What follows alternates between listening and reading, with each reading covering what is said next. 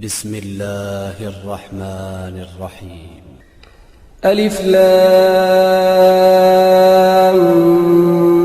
ميم. الله لا إله إلا هو الحي القيوم. نزل عليك الكتاب بالحق مصدقا لما بين يديه وأنزل التوراة والإنجيل من قبل هدى للناس وأنزل الفرقان. إن الذين كفروا بآيات الله لهم عذاب شديد والله عزيز ذو انتقام. إن الله لا يخفى عليه شيء في الأرض ولا في السماء. هو الذي يصوركم في الأرحام كيف يشاء. لا إله إلا هو العزيز الحكيم. هو الذي أنزل عليك الكتاب منه آيات محكمات هن أم الكتاب وأخر متشابهات. فأما الذين في قلوبهم زيغ فيتبعون ما تشابه منه ابتغاء الفتنة وابتغاء تأويله وما يعلم تأويله إلا الله. والراسخون في العلم يقولون آمنا به كل من عند ربنا وما يذكر إلا أولو الألباب. ربنا لا تزغ قلوبنا بعد إذ هديتنا وهب لنا من لدنك رحمة إنك أنت الوهاب. ربنا إنك جامع الناس ليوم لا ريب فيه إن الله لا يخلف الميعاد. إن الذين كفروا لن تغني عنهم أموالهم ولا أولادهم من الله شيئا أولئك هم وقود النار. كدأب آل فرعون والذين من قبلهم كذبوا بآياتنا فأخذهم الله بذنوبهم والله شديد العقاب. قل للذين كفروا ستغلبون وتحشرون إلى جهنم وبئس المهاد. قد كان لكم آية في فئتين التقتا فئة تقاتل في سبيل الله وأخرى كافرة يرونهم مثليهم رأي العين والله يؤيد بنصره من يشاء. إن في ذلك لعبرة لأولي الأبصار.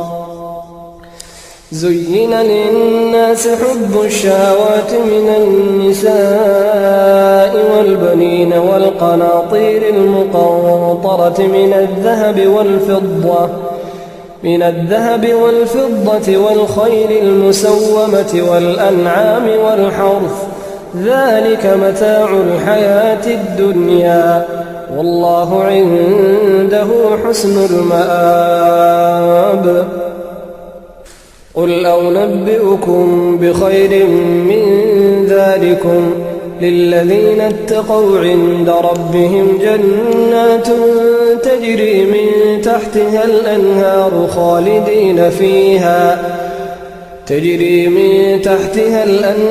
خالدين فيها وأزواج مطهرة ورضوان من الله والله بصير بالعباد.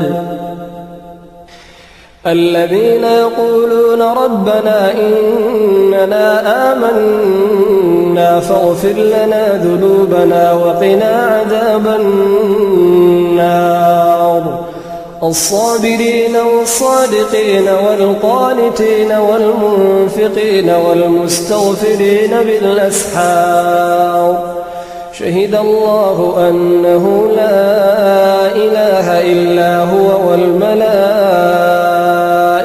وأولو العلم قائما بالقسط لا إله إلا هو العزيز الحكيم إن الدين عند الله الإسلام وما اختلف الذين أوتوا الكتاب إلا من بعد ما جاءهم العلم بغيا بينهم ومن يكفر بآيات الله فإن الله سريع الحساب فإن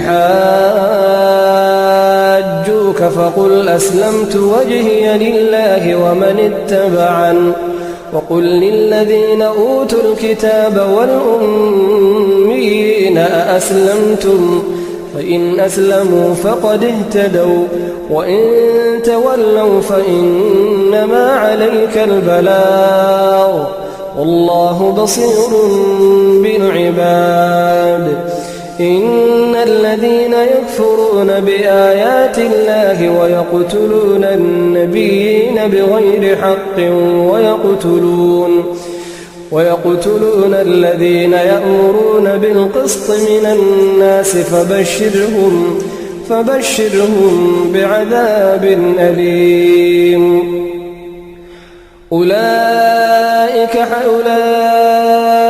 الذين حبطت أعمالهم في الدنيا والآخرة وما لهم من ناصرين ألم تر إلى الذين أوتوا نصيبا من الكتاب يدعون إلى كتاب الله ليحكم بينهم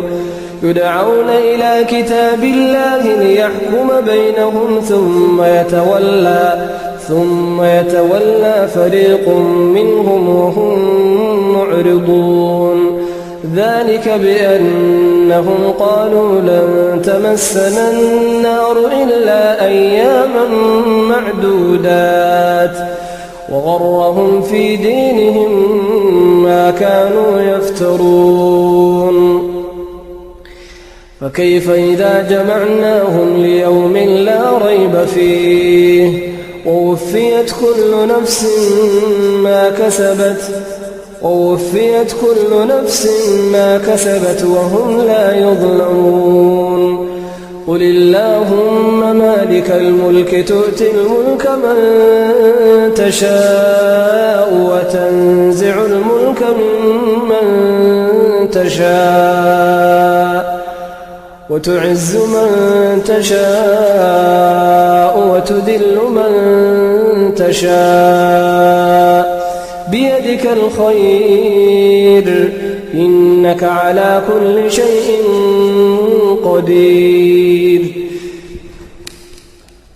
تولج الليل في النهار وتولج النهار في الليل وتخرج الحي من الميت وتخرج الميت من الحي وترزق من تشاء بغير حساب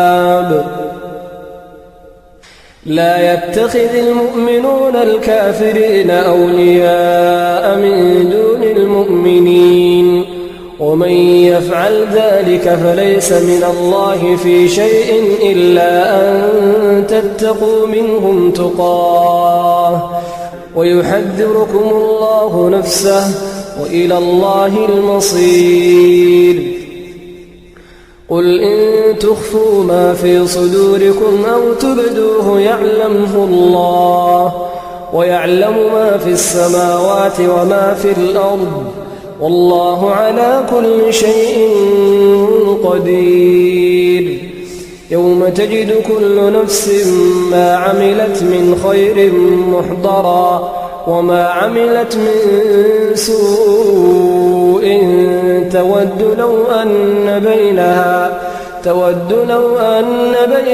وبينه أمدا بعيدا ويحذركم الله نفسه والله رؤوف بالعباد قل إن كنتم تحبون الله فاتبعوني يحببكم الله ويغفر لكم ذنوبكم والله غفور رحيم.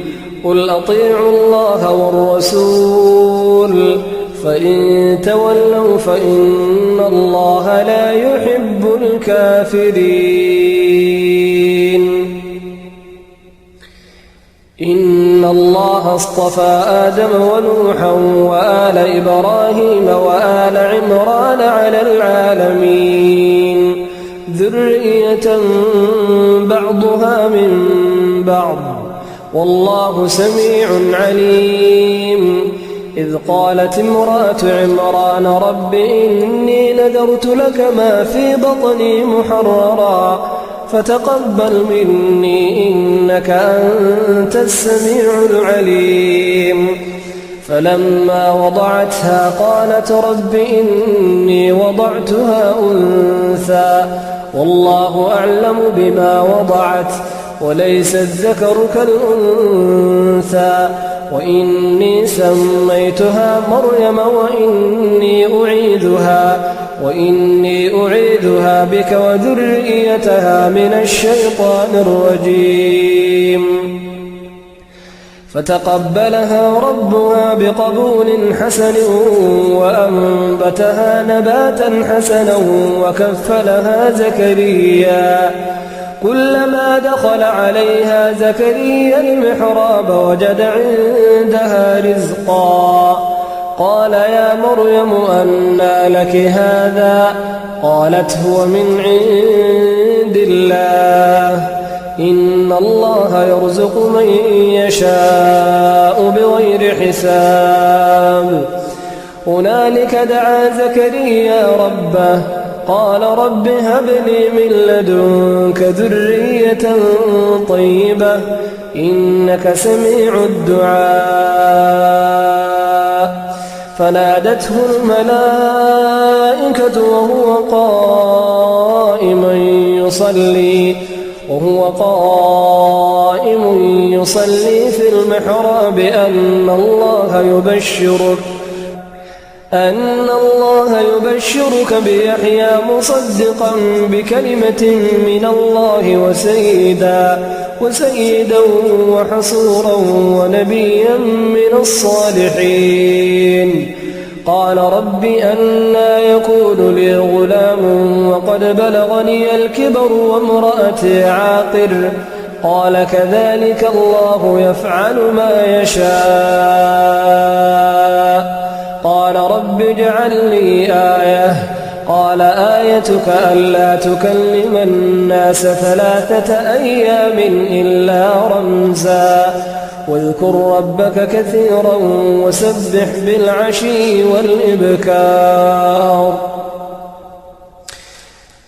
وإذ قالت الملائكة يا مريم إن الله اصطفاك وطهرك واصطفاك على نساء العالمين.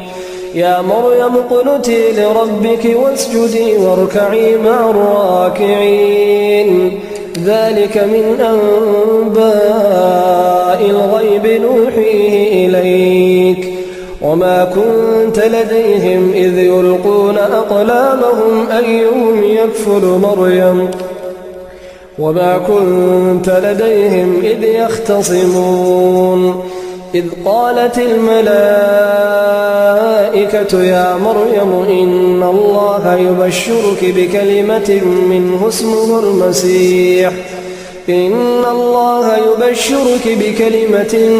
اسمه المسيح عيسى بن مريم وجيها في الدنيا والآخرة ومن المقربين ويكلم الناس في المهد وكهلا ومن الصالحين.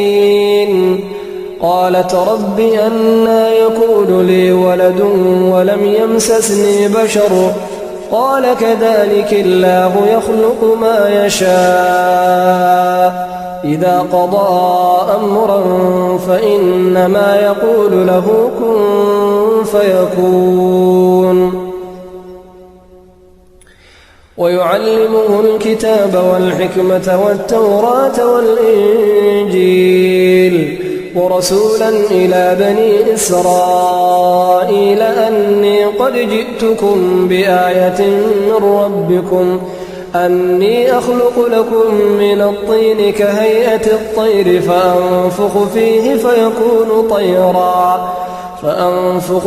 فيكون طيرا بإذن الله وأبرئ الأكمه والأبرص وأحيي الموتى بإذن الله وأنبئكم بما تأكلون وما تدخرون في بيوتكم إن في ذلك لآية لكم إن كنتم مؤمنين ومصدقا لما بين يدي من التوراة ولأحل لكم بعض الذي حرم عليكم وجئتكم بآية من ربكم فاتقوا الله وأطيعون إن الله ربي وربكم فاعبدوه هذا صراط مستقيم.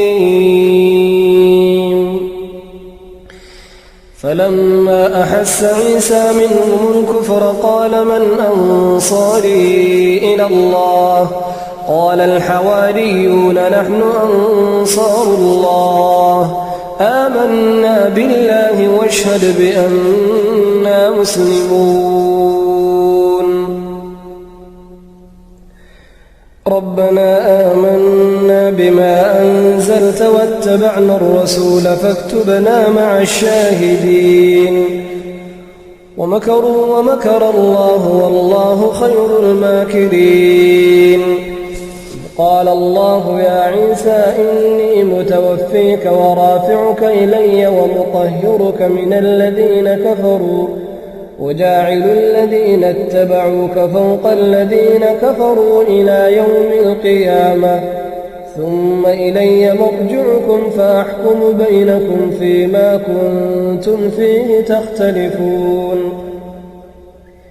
فأما الذين كفروا فأعذبهم عذابا شديدا في الدنيا والآخرة وما لهم من ناصرين. وأما الذين آمنوا وعملوا الصالحات فيوفيهم أجورهم والله لا يحب الظالمين. ذلك نتلوه عليك من الآيات والذكر الحكيم. إن مثل عيسى عند الله كمثل آدم خلقه من تراب ثم قال له كن فيكون. الحق من ربك فلا تكن من الممترين. فمن حاجك فيه من بعد ما جاءك من العلم فقل تعالوا ندع أبناءنا وأبناءكم ونساءنا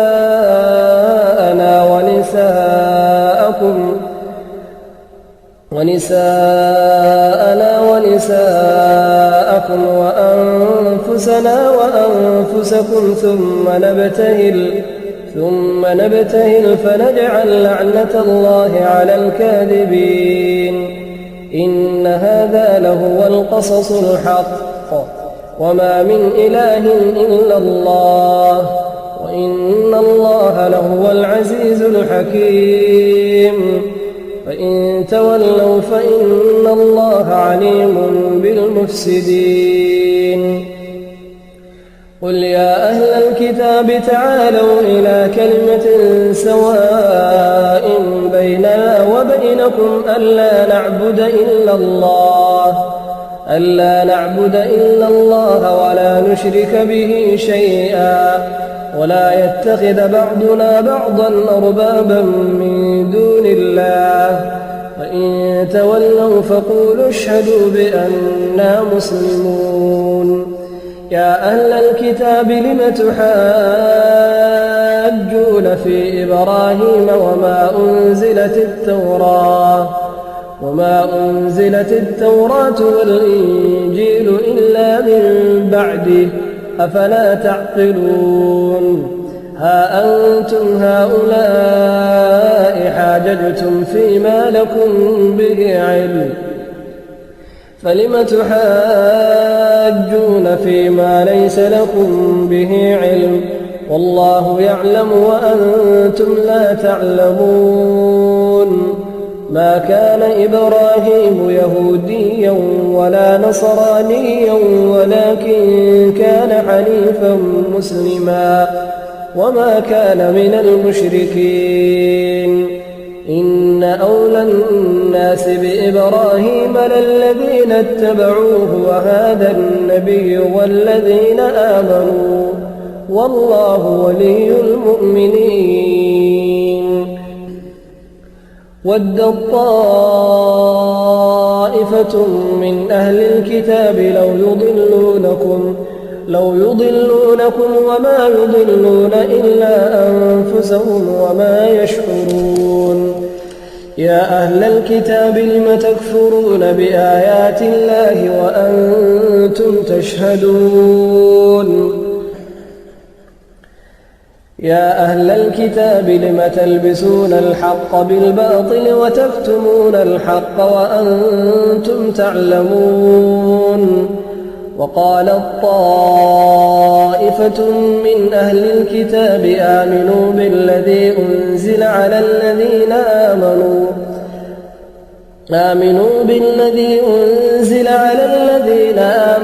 وجه النهار واكفروا آخره لعلهم يرجعون ولا تؤمنوا إلا لمن تبع دينكم قل إن الهدى هدى الله أن يؤتى أحد مثل ما أوتيتم أو يحاجوكم عند ربكم قل إن الفضل بيد الله يؤتيه من يشاء والله واسع عليم يختص برحمته من يشاء والله ذو الفضل العظيم ومن أهل الكتاب من إن تأمنه بقنطار يوده إليك ومنهم من إن تأمنه بدينار لا يؤده إليك إلا ما دمت عليه قائما ذلك بأنهم قالوا ليس علينا في الأميين سبيل ويقولون على الله الكذب وهم يعلمون بلى من أوفى بعهده واتقى فإن الله يحب المتقين إن الذين يشترون بعهد الله وأيمانهم ثمنا قليلا أولئك لا خلاق لهم في الآخرة ولا يكلمهم الله ولا ينظر إليهم يوم القيامة ولا يزكيهم ولهم عذاب أليم وإن منهم لفريقا يلوون ألسنتهم بالكتاب لتحسبوه من الكتاب وما هو من الكتاب ويقولون هو من عند الله وما هو من عند الله ويقولون على الله الكذب وهم يعلمون ما كان لبشر أن يؤتيه الله الكتاب والحكم والنبوة ثم يقول للناس كونوا عبادا لي من دون الله ولكن كونوا ربانيين بما كنتم تعلمون الكتاب وبما كنتم تدرسون ولا يأمركم أن تتخذوا الملائكة والنبيين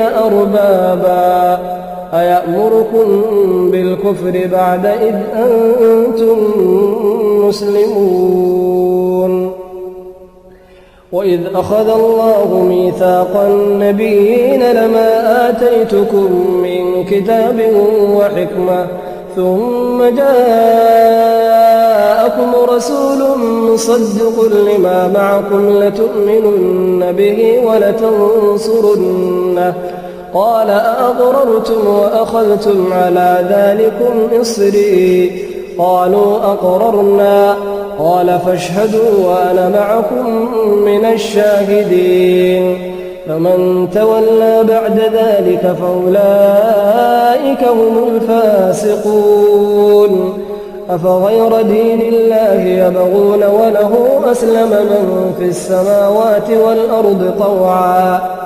والأرض طوعا وكرها وإليه يرجعون قل آمنا بالله وما أنزل علينا وما أنزل على إبراهيم وإسماعيل وإسحاق ويعقوب والأسباط وما أوتي موسى وعيسى والنبيون من ربهم لا نفرق بين أحد منهم ونحن له مسلمون ومن يبتغ غير الإسلام دينا فلن يقبل منه وهو في الآخرة من الخاسرين كيف يهدي الله قوما كفروا بعد إيمانهم وشهدوا أن الرسول حق وجاءهم البينات والله لا يهدي القوم الظالمين أولئك جزاؤهم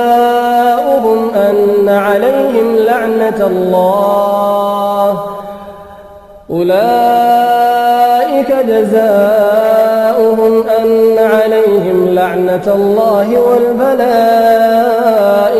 والناس أجمعين خالدين فيها لا يخفف عنهم العذاب ولا هم ينظرون إلا الذين تابوا من بعد ذلك وأصلحوا فإن الله غفور رحيم إن الذين كفروا بعد إيمانهم ثم ازدادوا كفرا لن تقبل توبتهم وأولئك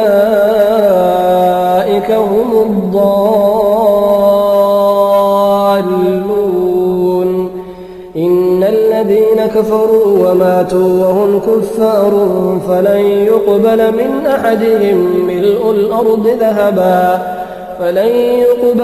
أحدهم ملء الأرض ذهبا ولو افتدى به أولئك لهم عذاب أليم وما لهم من ناصرين لن تنالوا البر حتى تنفقوا مما تحبون وما تنفقوا من شيء فإن الله به عليم كل الطعام كان حلا لبني إسرائيل إلا ما حرم إسرائيل على نفسه من قبل أن تنزل التوراة قل فأتوا بالتوراة فاتلوها إن كنتم صادقين